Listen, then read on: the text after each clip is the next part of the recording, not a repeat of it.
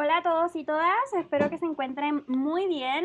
Les habla Natalia Bonilla, soy periodista y productora de temas internacionales y el día de hoy tengo con nosotros y con nosotras una gran investigadora del Centro de Género, Paz y Seguridad de la Universidad de Monash, Yolanda Riveros Morales, quien nos va a estar hablando sobre procesos de paz en Colombia y en el mundo. Yolanda, bienvenida seas a esta entrevista. Hola Natalia, muchas gracias por invitarme.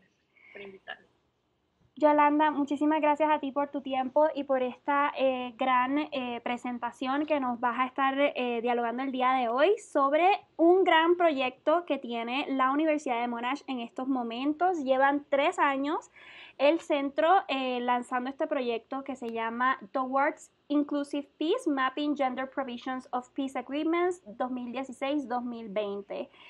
Una herramienta virtual para todos y todas las que no lo conozcan, es una herramienta virtual para visibilizar y monitorear los 110 acuerdos de paz firmados alrededor del mundo hasta la fecha.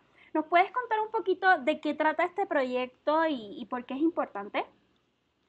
Bueno, claro que sí. El proyecto, lo voy a decir en español para todos y todas las que nos están escuchando en español, es algo como hacia una paz incluyente, el mapeo de las disposiciones de género en los acuerdos de paz.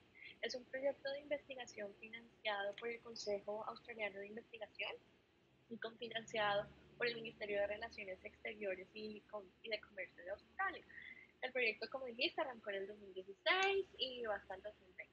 ¿Por qué es importante este proyecto? La importancia radica en que buscamos entender el papel que desempeñan esas disposiciones o provisiones de género de los acuerdos de paz para promover la participación de las mujeres en los lugares afectados por el conflicto. En este sentido, pues, investigamos cómo los acuerdos de paz pueden promover los derechos de las mujeres y su participación en la etapa de post-conflicto y durante las transiciones políticas. Para esta investigación, como tú lo mencionas, estudiamos 55 países y 110 acuerdos de paz firmados entre el 2000 y el 2016. Además, pues, digamos, como un análisis cuantitativo, se realizó un estudio a profundidad de 20 países, entre los que puedo destacar Afganistán, Ucrania, como dijiste, Colombia, Irak, Nepal y Filipinas. Eh, de la mano de la investigación cuantitativa, también hicimos investigación cualitativa que incluyó trabajo de campo, de ir y hacer entrevistas con organizaciones de mujeres, diplomáticos, ex negociadores de paz y representantes del gobierno encargados no solo de la parte de negociación, sino también de implementación de esos acuerdos. Esto nos ha permitido al centro generar una serie de documentos, entre los que puedo destacar el que escribimos con la directora del centro, Jackie True, que se llama algo en español, algo como Hacia una paz incluyente, análisis de acuerdos de paz sensibles de género 2000-2016. En este paper de los 110 acuerdos de paz seleccionamos 98 acuerdos de paz que llamamos como los más comprensibles y que se pueden realmente implementar. Y nos hacíamos una pregunta como muy básica, pero importante, que es que ¿cuáles son los factores que dan lugar a acuerdos de paz con disposiciones explícitas de género?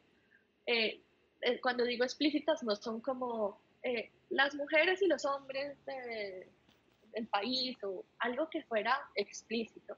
Y encontramos algo bastante interesante y que me gustaría compartir contigo, y es que existen tres tipos de participación de las mujeres que en su conjunto son condiciones fundamentales para que se incremente la probabilidad de lograr un acuerdo de paz con disposiciones específicas de género y que contribuyan a los derechos y al bienestar de las mujeres. La primera forma de participación es la participación de las mujeres en procesos élites de tomas de decisiones.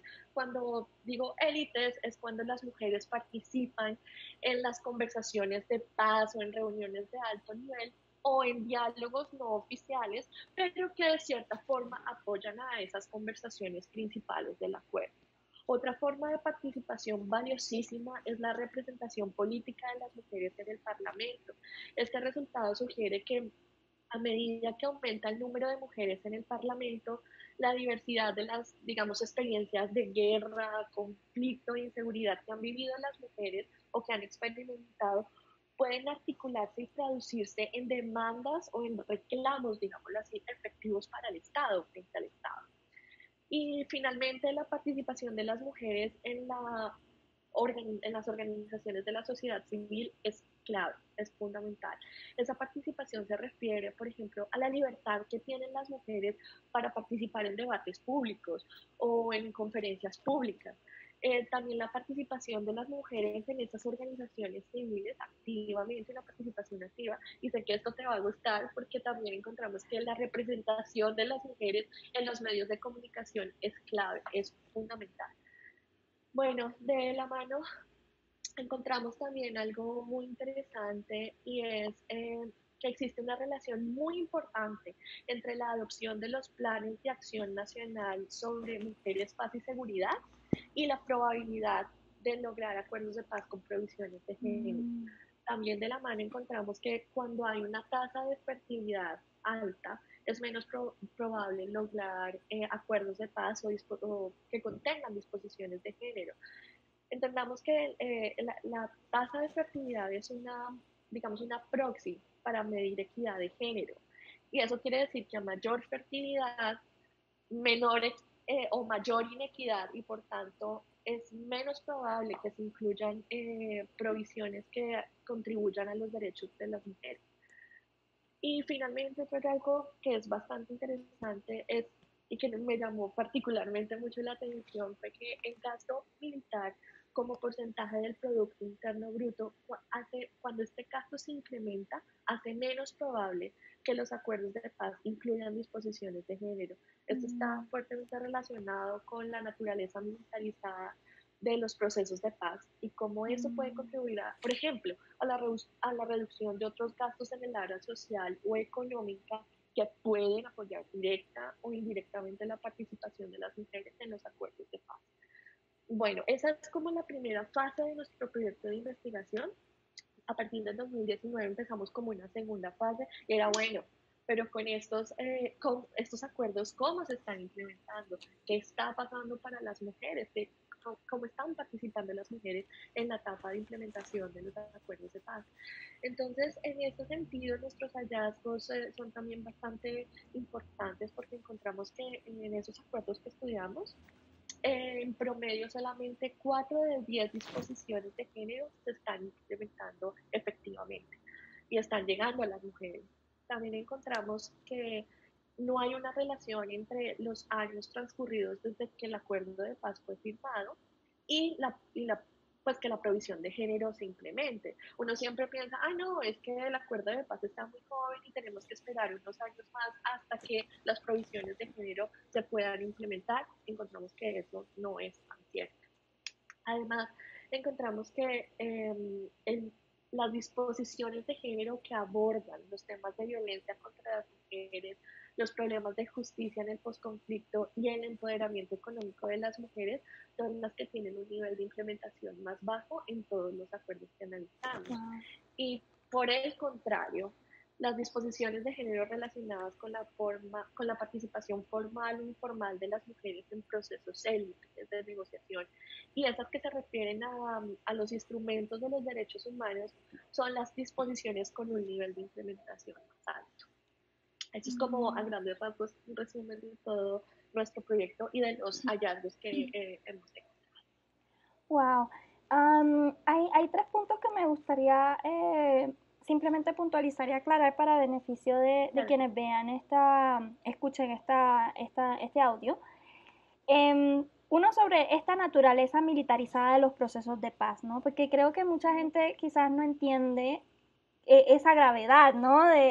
Uno piensa en proceso de paz, que es todo lindo o como que bastante fluido, ¿no? Que no piensa que va a haber una visión militarizada de las cosas o militarista también, o una cultura de guerra. En esta experiencia y con lo que has trabajado y con esta herramienta e investigado también, ¿a qué se debe esta naturaleza? O si nos puedes explicar un poquito de qué se trata esta visión. Esta naturaleza militarizada es propia de un conflicto. Como vemos, generalmente un conflicto es tiene muy marcado, está marcado por el género. Generalmente los hombres son los que están vinculados con la guerra, pero además en un proceso de negociación de la paz son esos mismos hombres que de cierta forma han estado en el poder militar o que están en el poder público, son los que empiezan a negociar los acuerdos de paz. Entonces es como una herencia, como una marca muy fuerte en el momento de poder eh, hacer un proceso de paz o de negociar. Tú tienes generalmente algunos procesos están marcados como si no atacamos o si no dejan las armas o si no hay un poder militar fuerte, no hay paz. Y quizás nos hemos dado cuenta que el éxito es totalmente lo contrario. No se, es como esa característica, eso que marca los acuerdos, vincular el poder militar y ganar, por decir, si lo podemos decir en términos de ganadores y perdedores, pero ganar la guerra con el poder militar en vez de la negociación, básicamente. En la mayoría de los conflictos también, que donde se están llevando estos procesos de paz, no todos son conflictos armados, o en estos que han estado viendo son conflictos todos armados, han sido todos conflictos armados. Sí, lo que tiene de pronto son conflictos armados, pero de pronto en intensidades diferentes. ¿Sí? Mm, Entonces, por ejemplo, no sé, el conflicto, de hecho, el que se me ocurre ahora, el sí, conflicto de Colombia, se dice que no hay una guerra porque no supera un número cierto de muertos, pero si vamos a ver el impacto, la forma como se han abordado el conflicto, sí podría llamarse una guerra. Entonces, también, de, todos son armados, todos involucran a la sociedad civil, todos han tenido enfrentamientos, pero lo que difiere es en intensidad y en el número de muertes. Esa es la diferencia, la principal diferencia. ok. En ese sentido, para seguir abordando sobre esta herramienta, algo que me llama mucho la atención que comentas lo de 4 de 10 en el 2019 con la segunda fase han descubierto que 4 de 10 disposiciones de género se están implementando correctamente. ¿Qué está pasando con las otras 6 en promedio? Lo que hemos encontrado principalmente es que traducir del papel, del documento de política pública a la realidad que llegue una provisión de género en las mujeres es muy difícil. ¿Por qué? Porque muchas veces no se pueden cumplir porque no hay una financiación, porque no hay un plan de acción específico, porque no hay una institución responsable a cargo de cumplir esa, esas disposiciones de género o porque no saben cómo se hace, no entienden de qué se trata garantizar los derechos de las mujeres, ¿sí? Las personas a cargo de cumplir esa política pública. Esas barreras hacen que en promedio el cumplimiento el cumplimiento de implementación de estas disposiciones sea bajo. Mm. Esas son las principales barreras. Y en eso se ata esa conversación que también nos estabas comentando del presupuesto, ¿no? De cómo Sí. hay un gran presupuesto para formar mujeres líderes, ¿no? En estas tomas de decisiones, en lugares y élite de toma de decisiones, pero no tanto para programas de empoderamiento económico de las mujeres o de financiación de las provisiones de género en otras esferas. ¿A qué se debe ese desfase? O sea, como que, ¿qué es lo que han encontrado? Pues principalmente tenemos que entender que cuando una sociedad está en conflicto, las mujeres siempre tienden a estar más rezagadas. Pensemos en una mujer rural, puesta en un país en conflicto. Tenemos barreras para el acceso a la educación, tenemos barreras para la titulación de tierra, tenemos asignado, digamos, por la sociedad, el rol del cuidado. Que todas esas, digamos, sumadas limitan la participación de la mujer o el empoderamiento económico o la participación en esferas políticas o la participación en lo público. Por eso, em, claramente las mujeres encuentran una limitante y necesitan que a partir del acuerdo de paz sea como esa puerta que les permita abrirse pues a poder mejorar su situación de vida, poder empoderarse económicamente, tomar una decisión porque ya soy autónoma económicamente, porque además ya he recibido, por ejemplo, algún programa de formación política que me permite ser líder en mi comunidad y antes yo no tenía esa oportunidad, o que por ejemplo, con el acuerdo de paz se abre la posibilidad de convalidar mis saberes o de educarlos. Esas son o sea, cómo actúan las disposiciones de género y cómo pueden ser una oportunidad para esas mujeres que han estado, por decirlo así, segregadas por el conflicto. ¿Y a quién tú consideras que es como el desfase para asignar presupuesto para ayudar a romper con esa barrera y porque hay mayor presupuesto para empoderar ciertos sectores, me imagino, de mujeres o ciertos grupos de mujeres a que entren en etapas élites de toma de decisiones o en áreas o zonas de influencia de toma de decisiones quizás del proceso de paz, pero no tanto como tú dices a estas mujeres que ya de por sí son mujeres rurales o que no tienen barreras para el acceso a la educación. O sea, ¿por qué no se está designando dinero que como bien se está planteando es para esto, ¿no? Para romper con estas barreras culturales, Sí. estructurales y de violencia de género que las impiden a ellas tener pues autonomía o sentir que puedan echar adelante en sus familias.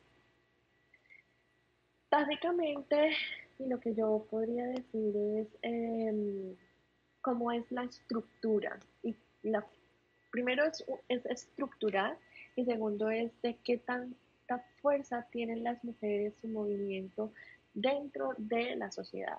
Mm.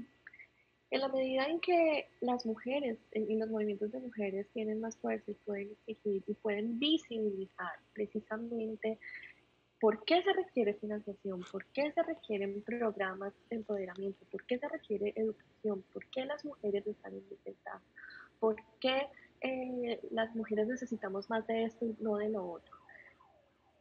La estructura misma de cómo son los poderes públicos, de cómo son los estados, de cómo podríamos decir también la cultura machista, el estado, el patriarcado, y por ejemplo es muy marcado en Nepal, por ejemplo. Eh, definitivamente son los que, son los factores que hacen que el financiamiento vaya relegando en importancia los temas de género. Y por ejemplo, no sé, digamos, que se considere más importante asignar presupuesto no sé, al sector militar o al sector infraestructura, pero menos presupuesto para los proyectos de mujeres. O que simplemente se considere que por estar, que por en la norma o en el decreto o en el proyecto se diga que se va a beneficiar textualmente, que se beneficiará equitativamente a hombres y mujeres, eso ya es equidad de género y eso ya va a hacer la diferencia en la vida de todas las mujeres. Yo creo que la política pública, la asignación de presupuestos, los planes de acción tienen que ir mucho más allá, pero tienen que ir y creo que tienen que ir de la mano y en los casos de éxito han ido de la mano de la presión de la sociedad civil, de las mujeres en la sociedad civil exigiendo, haciendo veeduría, eh, sí, luchando por sus derechos. Sí, es que creo que también la visión de que una vez se firma la paz, se alcanzó la paz, como que Sí. esa visión tan reduccionista de que pues ya se acabó el conflicto. Entonces, vamos a asignar presupuesto a las fuerzas militares porque de esa manera, o sea, también está esa falsa presunción, presunción de que los militares son los que van a mantener que sigamos en paz, ¿no? Se pierde la percepción de una paz positiva, o sea, se sigue continuando esta visión de la paz negativa que vendría siendo reducida al cese al fuego y al mantenimiento de las operaciones sin la de construcción de las fuerzas militares, ¿no? ¿Cómo ves eso? No, de acuerdo, además porque Hay un momento clave en los procesos de paz y es cuando tú ya firmas la paz, el gobierno no puede, y la evidencia lo muestra, no puede simplemente reducirse a ocupar los territorios que antes estaban siendo ocupados por la insurgencia solamente con el poder militar.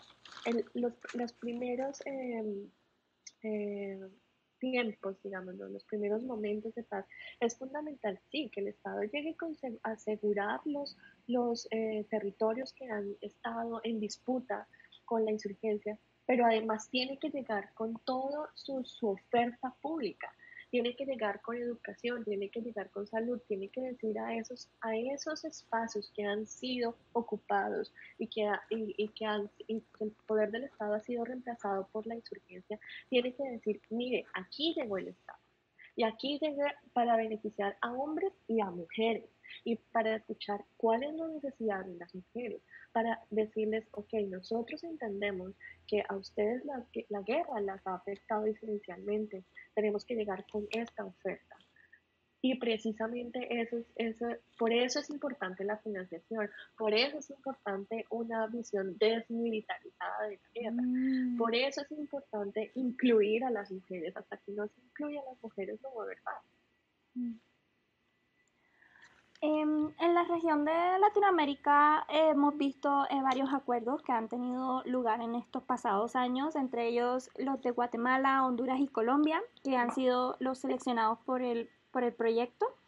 En términos de perspectiva de género, ¿qué similitudes o diferencias han encontrado en estos tres casos? Bueno, como lo mencionas, incluimos 4 acuerdos de paz para Latinoamérica en nuestra base de datos. El primer acuerdo de paz fue el del firmado en Guatemala en el 2000, el de Agreement on Confident Building Measures Between Belize and Guatemala. Incluimos en Honduras el Acuerdo de San José para la Reconciliación Nacional y Fortalecimiento de la Democracia en Honduras, eso fue en el 2009. Y en Colombia incluimos 2 acuerdos de paz, el acuerdo fallido del 2012 y el acuerdo final para la terminación del conflicto y la construcción de la paz estable y duradera del 2016. Ay, qué nombre tan largo. Bueno, en fin, queda sin aire.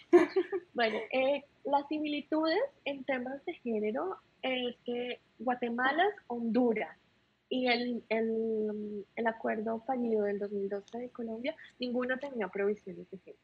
Ninguno tenía disposiciones explícitas de género. Otra similitud, por ejemplo, en Guatemala y en Colombia 2012 no había mujeres participando en la mesa de negociación. No había ¿En ni ninguno? formal ni informal. Ni en Guatemala ni en el Colombia 2012. Wow. En Honduras sí había una mujer que Wow. Para estos 2 países también la participación en el Parlamento de las mujeres era muy baja. Entonces, cuando se firmó el acuerdo, por ejemplo, en Guatemala era solamente 8.8% mujeres participando en el Parlamento, mientras en Colombia era solamente el 12%. Entonces ya te va dando señas de por qué no hay provisiones de género. Algo particular, por ejemplo, en Guatemala y Honduras, es que en los años en que se firmaron los acuerdos, la participación de las mujeres en la sociedad civil era muy baja, al igual que el índice de empoderamiento político de las mujeres. Y por ejemplo, si nos centramos en Guatemala para ese año, eh, y comparamos con los 4 países que analizamos de Latinoamérica, era el que tenía las tasas más altas de fertilidad, 4.43. Luego también va dando pistas de que hay cierta inequidad de género. Y algo que parece que estuviéramos comparando 2 países diferentes, definitivamente es cuando miramos Colombia 2012 y Colombia 2016. Porque en el 2012 Colombia pasa de tener 0 disposiciones de género, 0 participación de mujeres, en el 2016 ser uno de los acuerdos más reconocidos por incluir más provisiones de género y por intentar incluir más a las mujeres del enfoque de género y todo lo que ya conocemos del acuerdo de paz. Entonces, si lo ponemos, además, en la mesa de paz, había mujeres discutiendo, formal e informalmente, estaban vinculadas en los acuerdos de paz de La Habana. Luego, si tú lo pones en perspectiva, parecen 2 países completamente diferentes. Y la pregunta que te tengo que hacer, porque se cae de la mata, es qué fue lo que cambió entre 2012 y 2016. ¿Qué cambió? Definitivamente lo que cambió o lo que hizo cambiar esta historia fue el movimiento de mujeres. El movimiento de mujeres de Colombia se puso a la tarea de exigir, se puso a la tarea de decirle al gobierno, no, necesitamos mujeres en la mesa, necesitamos representación en la mesa, necesitamos que se incluya el enfoque de género, necesitamos que estos temas que son vitales sean tenidos en cuenta. Porque además ellas eran conscientes que solamente y la exigencia y todo el llamado era que solamente con mujeres en la mesa vamos a poder incluir temas que son de mujeres y que los hombres que están negociando no van a entender. Violencia sexual no van a entender, no van a querer incluirlo, además porque hay perpetradores de lado y lado, ¿no? Entonces solamente lo que yo digo y esto es gracias netamente al movimiento de mujeres. Ellas se pusieron esta camiseta para poder lograr este cambio. Y, por ejemplo, digamos, el movimiento de mujeres, yo creo que gracias al acuerdo de paz en las negociaciones se pudo unir como movimiento. Habían antes varias organizaciones, pero por ejemplo, ellas hicieron una cosa que se llama Cumbre por la Paz. Mujeres y Paz, sí. Cumbre de Mujeres y Paz. Y esa cumbre fue lo que sentó un precedente en decirle al gobierno, en decirle a la sociedad y decirle a todos los que tenían puesto la mirada en Colombia, las mujeres tenemos que estar en este acuerdo sentadas en la mesa, incluidas en el texto y con provisiones claras que nos garanticen nuestros derechos. Me gustaría que profundizáramos en este sentido en el caso de Colombia. Con el reciente acuerdo de paz firmado en el 2016, que incluye esta provisión para la perspectiva de género de manera transversal en todas las 6 áreas, ahorita mismo, ya han pasado casi 4 años, ¿cómo ustedes han visto esta implementación? Ya hemos hablado de estos desfases que ocurrieron entre 2012 y 2016. Ahorita, pues ya han pasado casi 4 años, nuevas administraciones también han tomado el poder. ¿Cómo han visto este proceso post-acuerdo? Bueno, el acuerdo del 2016 en sus 6 puntos, que son reforma rural integral, participación política, fin del conflicto, solución al problema de las drogas ilícitas, víctimas del conflicto armado e implementación, verificación y refrendación, está transversalizado por el enfoque de género. ¿Qué se considera, según el Acuerdo de Paz, como enfoque de género? Es el reconocimiento a la igualdad de los derechos entre hombres y mujeres y pues la garantía y goce efectivo de esos derechos y fomento de la participación efectiva de las mujeres y sus organizaciones, obviamente, en la construcción de la paz, que es muy importante. Bueno, el trabajo del Instituto Kroc, que ha hecho el Instituto Kroc, ellos identificaron 130 disposiciones de género en el Acuerdo de Paz. Bueno, según quien lo mida, si lo midieron mujeres, pero son alrededor de 130 disposiciones. Luego, para la implementación de ese acuerdo político que se firmó allá en La Habana, el gobierno nacional formuló un documento que se llama el Plan Marco de Implementación, que es la hoja de ruta del gobierno para la implementación de ese acuerdo de paz. Específicamente en el caso de los compromisos de género, en el plan se definieron 51 indicadores de género, que son como los indicadores trazadores para cumplir esas disposiciones de género, los cuales esos indicadores fueron socializados por el gobierno con el componente FARC y con el movimiento de mujeres. ¿Qué encontramos? En nuestro análisis, en la misma línea con los hallazgos del Instituto Kroc y de otros grupos como GEPAS, que son el movimiento de mujeres, que está haciendo un seguimiento muy juicioso de la implementación del proceso de paz, encontramos que el nivel de implementación se encuentra en un nivel de avance medio. ¿Sí? Este nivel de avance, ¿a qué se debe? ¿Qué pasa? ¿Por qué? Se debe principalmente en que un primer momento se hizo todo el desarrollo, el primer momento me refiero como entre el 2016 2017, se hizo todo el desarrollo normativo Es decir, se elaboraron todas las normas, leyes, decretos y todos los documentos para poder implementar los 6 puntos pactados en el acuerdo de paz. Y la mayoría de esas normas y leyes tienen un enfoque de género, especialmente, por ejemplo, todas las que se desarrollaron para los temas del fin del conflicto. Además de como que este desarrollo normativo, ese nivel de implementación también está relacionado con la creación y con el fortalecimiento de grupos de género que se crearon.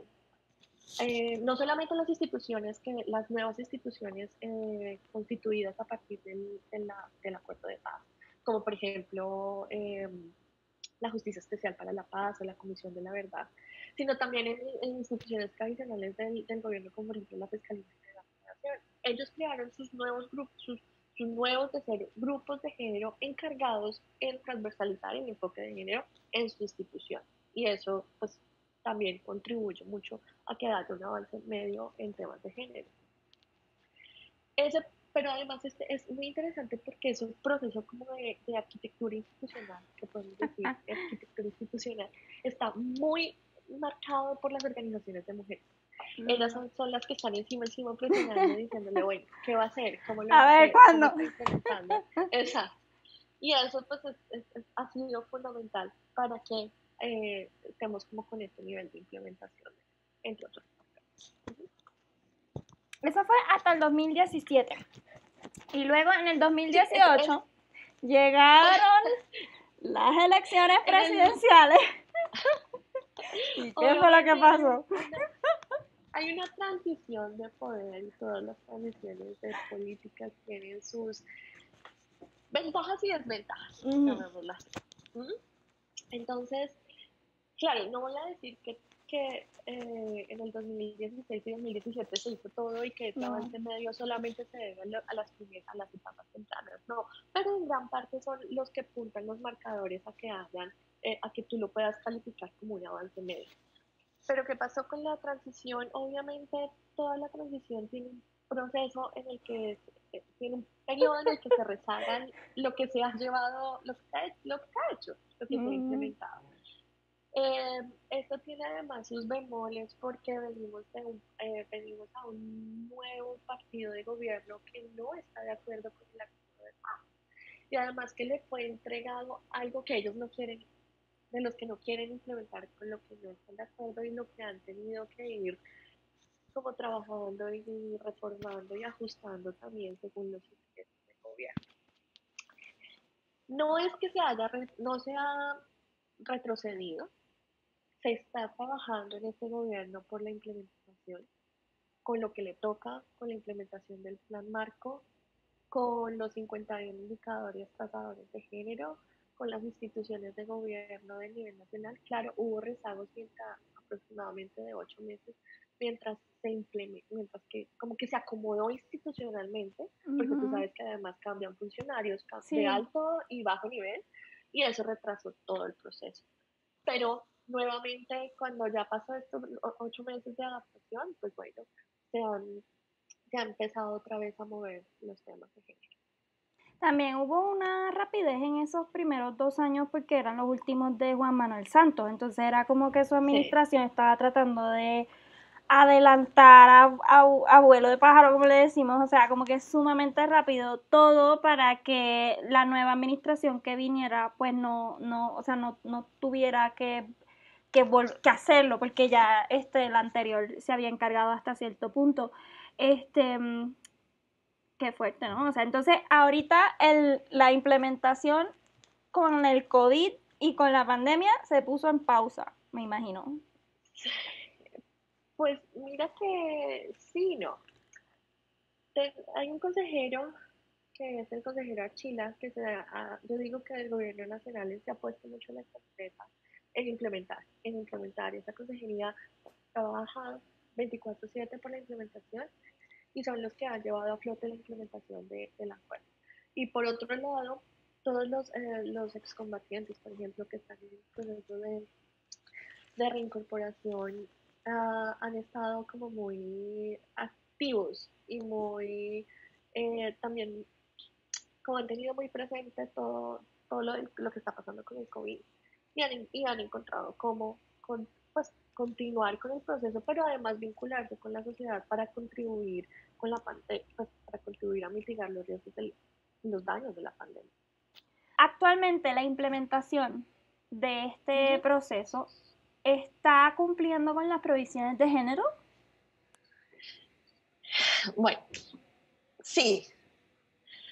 Yo digo que sí está cumpliendo. Claramente, bueno, como estábamos charlando, hay un acuerdo de paz que es muy fuerte en provisiones de género. Ese acuerdo de paz, de acuerdo político, se va a implementar con un plan marco que le apuesta a 51 indicadores. Tú ya vas viendo ahí como un poquito un desbalance en números, digamos. Pero afortunadamente, bueno, de esos 51 indicadores también, tú encuentras como una mezcla de indicadores muy fuertes que van a hacer que realmente en el momento en que se estén, o sea, si se cumplen, como están escritos, sí se reflejan en una mejora para las mujeres, pero hay otros que son muy flojos. Entonces ahí ya también tenemos problemas. ¿Se está implementando? Sí, hay muchas cosas que se están implementando. ¿Con rezago? Sí, con rezago se están implementando. Pero claramente, por ejemplo, y de hecho hay una iniciativa que me parece que ha sido como la estrella, digamos, de la implementación en temas de género y que vale la pena destacar. Bueno, de hecho, bueno, son dos que me parece. Una, en términos de la participación de las mujeres en las organizaciones de las mujeres. Y es la instancia de Mujeres para el Enfoque de Género en la Paz. Ellas son maravillosas. Esta instancia se creó a partir del Acuerdo de Paz y empezó a sesionar en julio del 2017. Está conformada, fíjate tú, por 16 mujeres, 8 titulares, 8 suplentes, y todas vienen del territorio. Son mujeres territoriales que representan a las mujeres que están allá, lejos de las capitales, ¿sí? Son diversas de todo Colombia, digamos. Y su trabajo consiste primero en facilitar la participación de las mujeres en los escenarios públicos locales, pero además también hacerle veeduría a la implementación del acuerdo de paz en temas de género y que lo que está escrito se cumpla.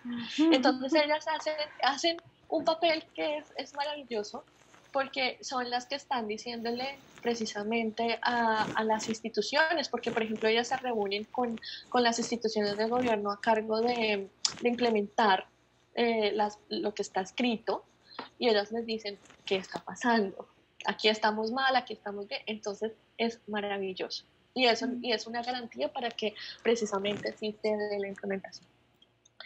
Por ejemplo, en términos de implementación que es muy valioso es la participación y en temas, o sea, implementación y género, juntitos, es la participación de las mujeres que tuvieron para la construcción en los planes de acción para la transformación regional y su consolidación, que también participaron ellas, de los programas de desarrollo con enfoque territorial. ¿Por qué es fundamental? Porque estos dos planes son claves para la transformación de los 170 municipios de Colombia que han sido más golpeados por la guerra y que tienen problemas de violencia, de pobreza. Son municipios que realmente están muy mal. Entonces las mujeres tuvieron la oportunidad de participar desde el principio, porque eran como fases, diferentes fases. Y ellas participaron desde el principio para verificar que los proyectos que allí se van a discutir y que se iban a incluir tuvieran el enfoque de género, estuviera el enfoque de género presente. Y estos dos planes juntos además son como una de las herramientas principales para lograr la reforma rural integral. Entonces va a ser clave porque va a ser una reforma rural o se va a transformar el campo y la ruralidad de Colombia con enfoque de género. En temas de violencia de género actual, una de las grandes enfoques de los medios de comunicación ha sido el asesinato de líderes sociales en Colombia tras esta firma. tengo simplemente una curiosidad para ver si aplica o no aplica, con estas dos instancias de la instancia de las mujeres y paz que representan a las mujeres en estos 170 municipios y alrededor de todo el país, y lo mismo con el plan. ¿Ha habido alguna amenaza a estas mujeres por precisamente estar vigilando y estar monitoreando que se cumplan estas provisiones? Sí, de la instancia, una de las lideresas que están en la instancia, Mayerlis, ella fue objeto de amenazas. Ella es una lideresa que ha sido muy reconocida y que además con todo este proceso ha reafirmado su liderazgo. Y eso ha hecho que se incrementen las amenazas en su contra. Pero igual, pues bueno, esto también ha sido como también, digamos, el lado, pues esto es muy malo, pero eso ha hecho que sea una forma de presionar para que se garantice la seguridad de las lideresas y defensores de derechos humanos.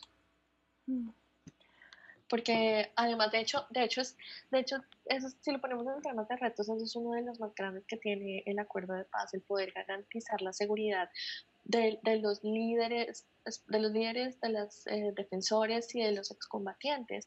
Y no solamente porque obviamente las amenazas y los asesinatos van para hombres y para mujeres, y si tú lo comparas en términos de números, por ejemplo, aquí yo tengo los números de Indepaz, solamente desde la firma del acuerdo de paz hasta el 20 de julio del 2019, iban 627 líderes asesinados, de los cuales el 15% eran mujeres. Y uno dice, pues sí, son más hombres que mujeres, pero es que primero, un solo líder asesinado, una sola líder asesinada es gravísimo.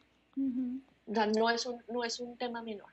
Y segundo, cuando la analizamos para las mujeres que han sido víctimas de amenazas o de asesinatos y que son lideresas y defensoras de derechos humanos, es doblemente grave, porque muchas veces contienen violencia sexual, amenazas de tipos de violencia sexual, y también vinculan a su familia. Entonces, realmente es uno de los principales retos que tienen de poner en marcha el programa integral de garantías para mujeres lideresas y defensoras de derechos humanos, que pues sí, ya está articulado, ya cuenta con un plan de acción, ya sabe que que vincula 27 entidades del gobierno nacional, pero necesitamos resultados para ellas. Otra cara del conflicto de la que no se ha hablado mucho, el tema de las mujeres guerrilleras. Un discurso, ¿no?, que tanto ellas han adoptado, que es el tema feminismo, ¿no? O sea, el discurso feminista, como también... Feminismo insurgente. Sí, el feminismo insurgente, como también pues el que dentro de esta organización hay una especie de alcance de igualdad o alcance de equidad. Ahorita me estabas comentando que no puede haber una paz completa sin mujeres. ¿Cómo es que esta implementación está afectando también con perspectiva de género o no, si se está implementando o no, en el tema de las mujeres guerrilleras? Bueno, en el tema de las mujeres fallanas y las mujeres excombatientes y que está en proceso de reincorporación, el tema es, digamos, es doblemente delicado. Si bien o muchas de las mujeres enfrentamos, o las mujeres especialmente que están en los temas de defender los derechos de las mujeres y, digamos, del feminismo, enfrentan una estigmatización, yo podría decir que las mujeres marianas se enfrentan a una doble estigmatización, no solamente por el hecho de ser mujer, sino por el hecho de haber estado en la insurgencia empuñando armas. Entonces, varias mujeres farianas con las que realmente tuvimos la oportunidad de entrevistarnos, de hablar, de conocer más de lo que eran y de cómo estaban viviendo el proceso, nos contaron que realmente ha sido un fuerte impacto el pasar de ser parte de una organización donde se promovía la igualdad de género, donde, por ejemplo, la asignación de tareas era igualitaria para hombres y para mujeres, a pasar por parte de una sociedad en la que la discriminación de género es tan marcada en términos, por ejemplo, de los roles. Si solamente pensamos en el tema del cuidado, ¿sí? Es muy marcado. Entonces, por ejemplo, muchas de ellas que estando o que decidieron autónomamente vincularse a la insurgencia porque escapaban de los roles tradicionales impuestos por la sociedad a la mujer, el proceso de reincorporación las ha puesto nuevamente en esa sociedad a la que ellas no pertenecen o las que no quieren pertenecer. Y esos son procesos individuales que además, no, o sea, como sociedad debemos entender y que el gobierno en sus políticas debe también entender. Por ejemplo, en temas de proyectos productivos, y claro, y la inmediatez, es decir, como en su organización, si ellos necesitaban resolver un problema, por ejemplo, de violencia sexual, iban y acudían al comandante y había unos códigos establecidos y se solucionaba el problema. Cuando tú ya estás en un entorno de sociedad, tienes que poner la demanda, ir a esta entidad, después de una entidad a otra. Y como ellas dicen, entre comillas, me ponen en esa paseadera, ¿sí? Y no veo que me solucionen mi problema. Para abrir un proyecto, por supuesto, muchas de las mujeres en proceso de reincorporación, ellas vienen de la ruralidad, luego su educación es muy básica y necesitan homologar su educación, o por el contrario, tenían roles, por ejemplo, las que eran enfermeras, que ellas ya saben cómo ser enfermeras, pero tienen que hacer un proceso de convalidación de saberes. Entonces eso les toma tiempo, eso les toma trámite, al cual ellas no están acostumbradas porque vienen de una dinámica completamente diferente. Pero precisamente es muy importante, es decir, el trabajo que ha hecho la ARN, es muy importante poder acompañar a esas mujeres en ese proceso de, digamos, de adaptación a estas nuevas realidades. Es que eso fue algo que noté, por ejemplo, en ese primer año, que sí había una gran, no sé si esperanza, o sea, pero sí un gran como voluntad de parte de los grupos guerrilleros, bueno, el grupo de la FARC y de los miembros de este grupo, la mayoría, no todos, porque sabemos también de otros casos que no estaban de acuerdo con Sí, claro. esa implementación, pero sí había como una voluntad de hacer los cambios posibles, ¿no? Y eso fue en ese primer año. No sé si ese espíritu mira, pues sí, me cuesta trabajo ir a aprenderme esto de nuevo, a convalidar un crédito o a hacer la demanda o a hacer lo que sea. No sé si todavía al sol de hoy, a los 4 años de esta firma, todavía ese deseo está o se ha perdido en el proceso, porque también como te ponen tanta traba. Bueno, te voy a contar que yo, o sea, el espíritu me parece que permanece. ¿Por qué? Porque si bien yo fui a Colombia a hacer trabajo de campo justo cuando Santrich y Márquez decidieron o anunciaron que ellos se iban a salir del proceso, que ellos iban a salir del proceso de paz.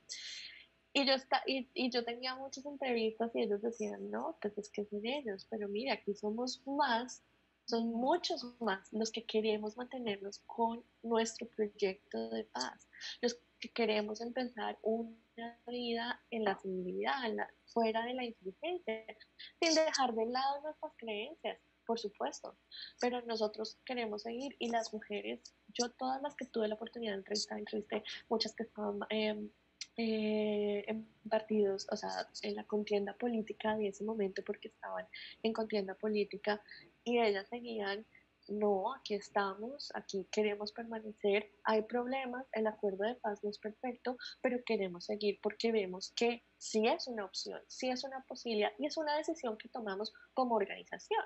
Entonces, yo creo que además es, digamos, que sí, el, como que esa fe está ahí, o esa, llamémosle fe, o ese positivismo, o esas ganas de reincorporación siguen ahí, pero es fundamental que el Estado siga manteniendo esa, como que esa esperanza viva, siga escuchando, que sea un gobierno que escuche, que atiendan las demandas, cuando digo demandas, es como las peticiones que ellos hacen al gobierno. Porque en temas de seguridad, ¿qué están haciendo? En temas de, no sé, de proyectos productivos, de la financiación, de tantas cosas que se pueden hacer seguimiento, no se pueden dejar atrás. Y son las que realmente mantienen vivo ese proceso y esas ganas de seguir en el proceso. Hay movimientos feministas y académicos que estipulan que las mujeres, asociar a las mujeres con el tema de la paz es reforzar los estereotipos de género. Si bien la paz no puede estar completa sin mujeres, el que tantas mujeres estén abogando por la paz puede estar afectando que se consiga la igualdad de género o que se consiga una equidad.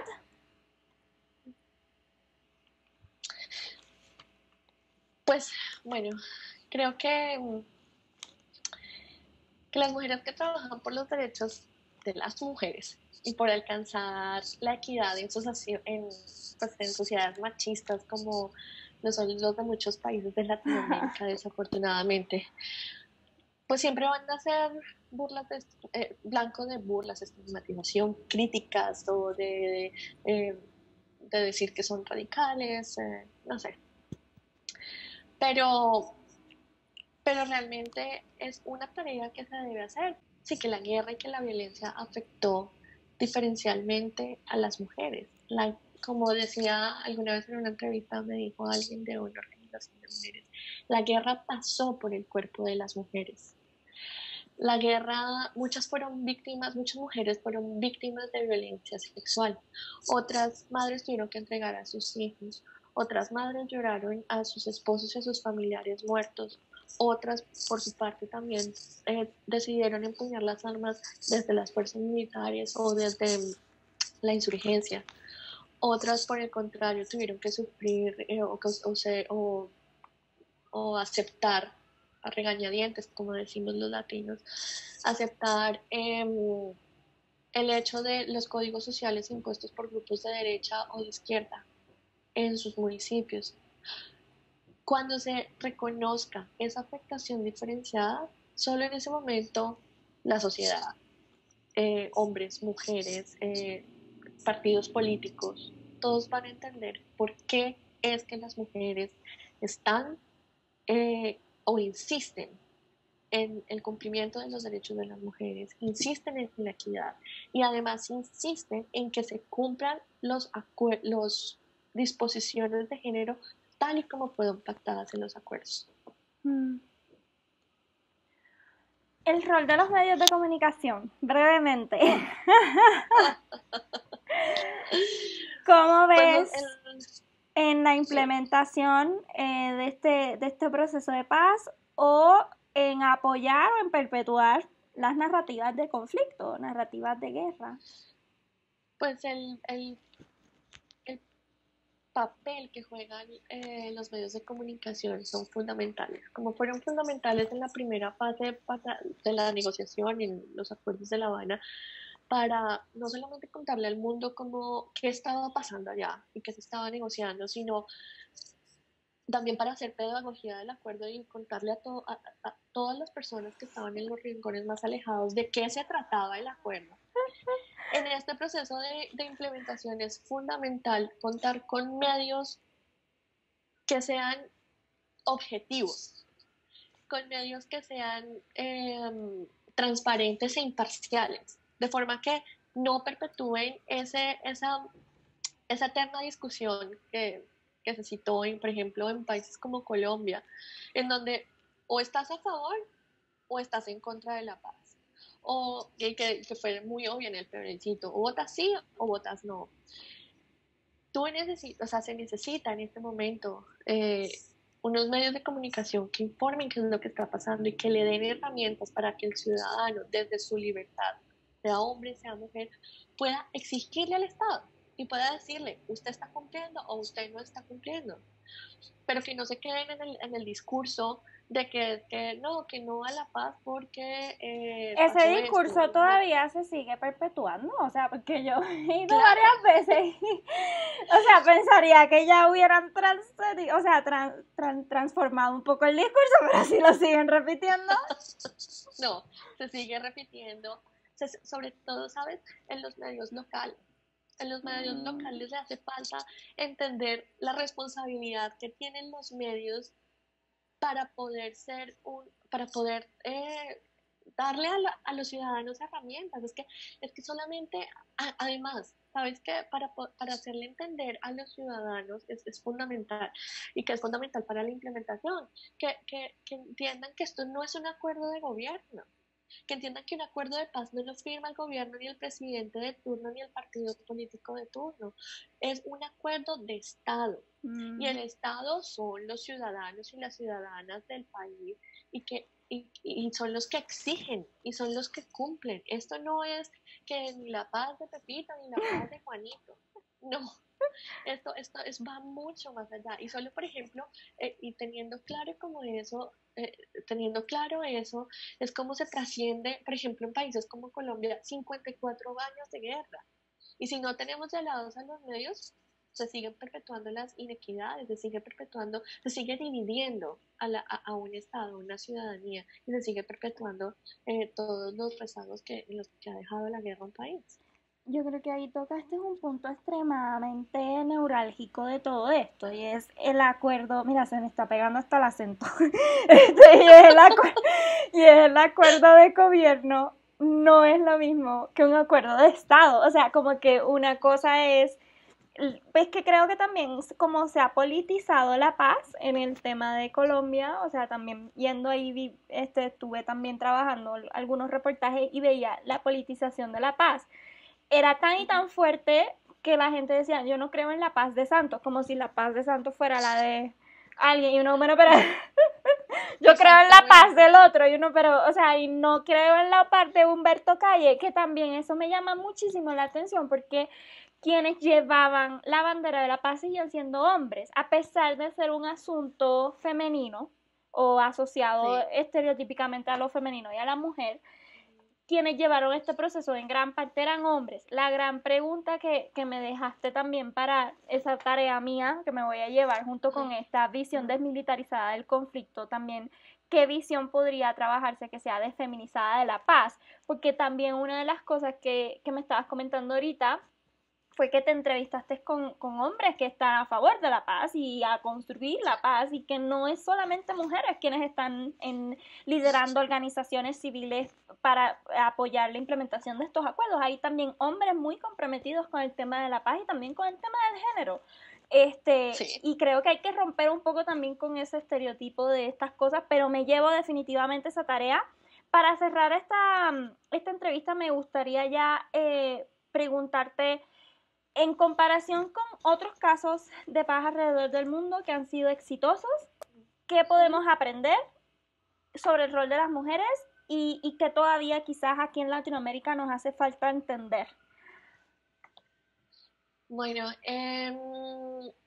yo creo que la experiencia que nosotros tenemos es en Nepal. El proceso de paz que hizo Nepal fue también bastante interesante para estudiar. Nepal venía de un conflicto, de una década de guerra civil, en donde también se afectaba mucho. Mira qué coincidencia, en donde también las mujeres pues se veían afectadas también por el conflicto. Pero lo que nos queda por aprender es que definitivamente la movilización de las mujeres logró en países también como Nepal que se generaran grandes cambios. Por ejemplo, y que desde mi punto de vista fue muy importante, es que a partir de la constitución del 2015, cambió, y la representación de las mujeres es obligatoria para los partidos políticos y los mecanismos de Estado, para asegurar al menos el 33% de la participación de las mujeres, de la participación femenina. Y fíjate que cuando se revisan las cifras en el 2019, la participación de las mujeres en el Parlamento de Nepal fue 32.73, o sea, 33%. Y si lo comparas con países de Latinoamérica, bueno, estudiando muy Colombia, pero en Colombia en el 2019 fue solamente 19%. Entonces, todo eso, o sea, digamos como que una gran conclusión de las que podemos llegar es que definitivamente la movilización de las organizaciones de mujeres cuando actúan articuladamente y cuando definitivamente exigen que se incluyan provisiones, de disposiciones, garantías para los derechos de las mujeres, el gobierno tiene que escuchar y el gobierno tiene que transformar. Y se ha logrado en países como Nepal, por supuesto, que quien me escucha podrá decir, pero hay muchos problemas en Nepal, por supuesto que sí, pero no hay una paz tampoco perfecta. Y lo más valioso es que en Nepal ellos reconocen que están en un proceso de implementación, todavía no han terminado, pero igual de las 39 disposiciones de género que lograron en la Constitución, de incluir las organizaciones de mujeres en la Constitución del 2015, muchas de ellas han sido cumplidas. Hoy hay dos problemas graves y que todavía siguen persistiendo en este país, que es el problema de la ciudadanía y el problema de las castas, pero es algo que también exige una transformación cultural que va asociado a la cultura patriarcal, pero es un proceso que va y que están trabajando. Mira, también algo muy importante, y creo que eso fue también el éxito para que, pues, por ejemplo, para la negociación de paz de Nepal, y es la financiación. Ellos tienen una financiación definida, un plan de acción definido, tienen los recursos y la financiación es fundamental, y sobre todo en temas de género, porque lo que yo te decía, cuando no hay un plan de acción y ese plan de acción no está atado a una financiación, eso se lo lleva al viento, se queda en el papel. Pero, No, Yolanda, tengo que preguntarte, en el caso de dímelo. Colombia, tanta Sí, financiación extranjera, o sea, como que, porque estoy segura que me dirán, Natalia, pero, o sea, han recibido millones y millones de dólares de Noruega, de Suecia, de todos estos sí. países. O sea, o sea, no sé si Nepal recibió más dinero o versus Colombia, claramente no sé ese dato, pero, o sea, en el caso de Colombia, ¿qué está pasando? Que ese dinero no está llegando a estas provisiones, como bien dices, obviamente en Nepal lo que me estás comentando está enfocado más al tema de género, pero porque en Colombia como que no llega, tengo que hacer Bueno, la pregunta. pues te me adelantaste porque Ah, precisamente es uno de los proyectos de los que estamos ahorita trabajando. Ahorita estamos precisamente analizando la financiación. Estamos analizando la financiación de las provisiones de género en Filipinas, Colombia e Irak. órale. Apenas tengan los resultados te voy a Sí, contar, por ahora tenemos que saber qué está pasando, porque cómo es qué está pasando. posible, sí. Preliminarmente lo que te puedo decir es que sí, muchos de los proyectos tocan el tema de género, pero ahí va como la disyuntiva, ¿no? ¿Cuáles de esos proyectos que están siendo financiados son específicos de género y cuáles son sensibles de género? Ser sensible y ser específico no es lo mismo y el impacto es diferente. ¿Entre ¿Sí? cuáles? Entonces, entre sensibles de género, presupuestos sensibles de género y presupuestos específicos de género, ¿sí? Entonces, son diferentes, los objetivos son diferentes, el target, la población objetivo es diferente. Luego, eso es lo que estamos también analizando, entre otras cosas. No, Pero, buenísimo. pero, pero claramente, sí, y esas, pero bueno, claramente esa es una muy buena pregunta, pero además, digamos, me lleva también a pensar y a decirte que gracias a esa financiación y a toda esa participación internacional, cuando tú dices Noruega, Suecia, que es fundamental, el tema de género ha estado vivo. El tema de género ha estado presente, por ejemplo, en Colombia, y esa también digamos, el apoyo internacional sumado con la presión de las organizaciones de mujeres han sido claves para que países como Nepal y en Colombia no se abandone ni se deje hundir el tema de género en los acuerdos de paz. Porque ellos son los que han generado presión, porque ellos son los que han puesto los ojos del mundo en, mire lo que pasa en Colombia, estamos trabajando en esto, las mujeres estamos trabajando en los Montes de María, y se va el embajador de Noruega, creo que se fue a los Montes de María a visitar a las mujeres y directamente a decir, aquí estamos. Eso también ha sido fundamental, el apoyo internacional. Y con Nepal también fue la misma historia. Bueno, pues ya llegamos al fin de esta entrevista. Quiero preguntarte, Yolanda, antes de que nos vayamos, ¿cómo podemos conseguir más información sobre el mapa? Y también, cuéntanos próximas actividades, que sé que vienen por ahí varias para que estemos súper pendientes. Bueno, claro que sí. Bueno, yo te pido el favor que le copies el link ahí de nuestra página web, que la linkees. Ahí puedes encontrar más información de nuestras líneas de investigación. Además de que entonces está toda la información sobre el doctorado, sobre el certificado que tenemos en género. También nos puedes encontrar en Twitter como GPS Monash, terminado en SH, y también estamos en Facebook como Monash GPS. Y pues claro, invitarlos a que el próximo 15 de junio tendremos un webinar que en español es algo como los derechos de las mujeres en los conflictos armados bajo el derecho internacional, que va a ser dictado por la doctora Catherine O'Rourke. Espero haber dicho bien su apellido, que es difícil, pero están todos invitados. Toca revisar bien los horarios, acuérdense que estamos en Australia y pues hay un poco de diferencia de horario, pero están todas y todos invitados a acompañarnos a esta charla.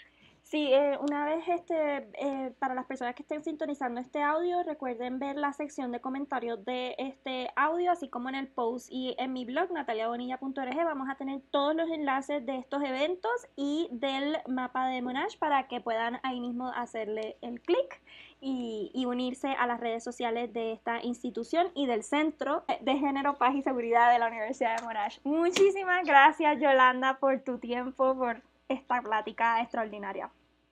Muchas gracias, Natalia, por invitarme a mí, por invitarnos al centro. Un saludo para todos y todas.